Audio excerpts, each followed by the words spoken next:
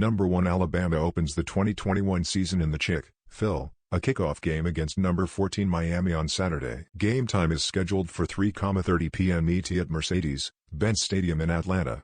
The game will be televised on ABC. Alabama is the defending national champion, and Nick Saban will try to lead yet another national championship run with a new supporting offensive cast. Bryce Young is the new quarterback, and he will be working with new offensive coordinator Bill O'Brien. The Crimson Tide have a loaded defense that should benefit from the addition of Tennessee transfer Henry Tutu.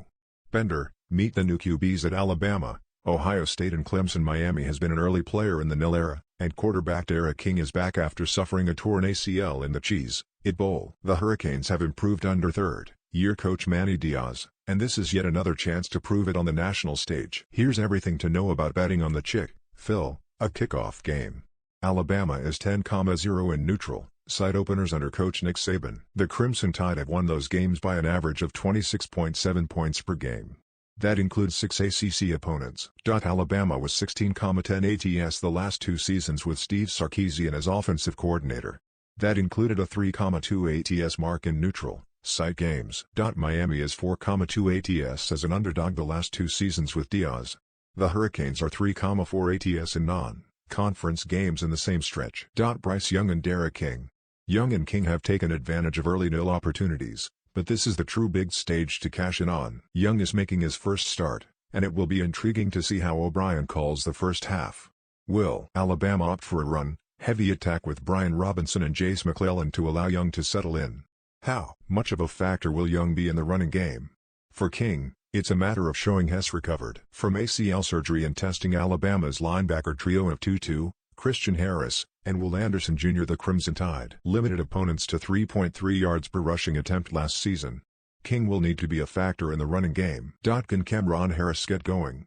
Harris had 268 rushing yards and 4 TDs in Miami's first 2 games last season, and is the workhorse in offensive coordinator Rhett Lashley's attack.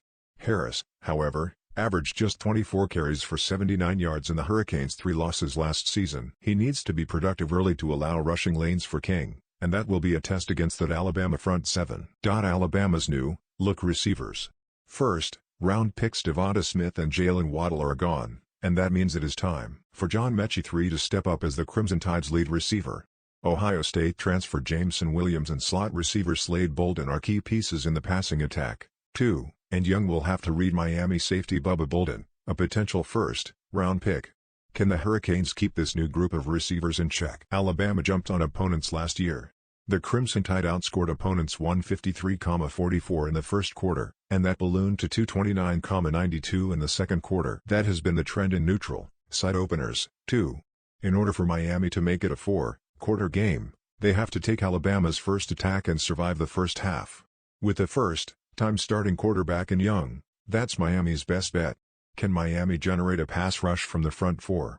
That's going to be the key against Young, who can extend plays outside the pocket.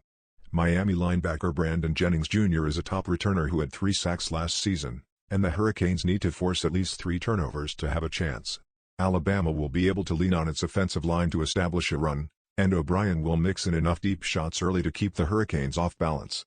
The Crimson Tide throws the knockout punch in the third quarter and rolls to its first victory of the season. Final score, Alabama 41, Miami 20. Stuck in the 90s. So are these college football blue bloods. Which fan base is struggling most? College football sports angry Bender.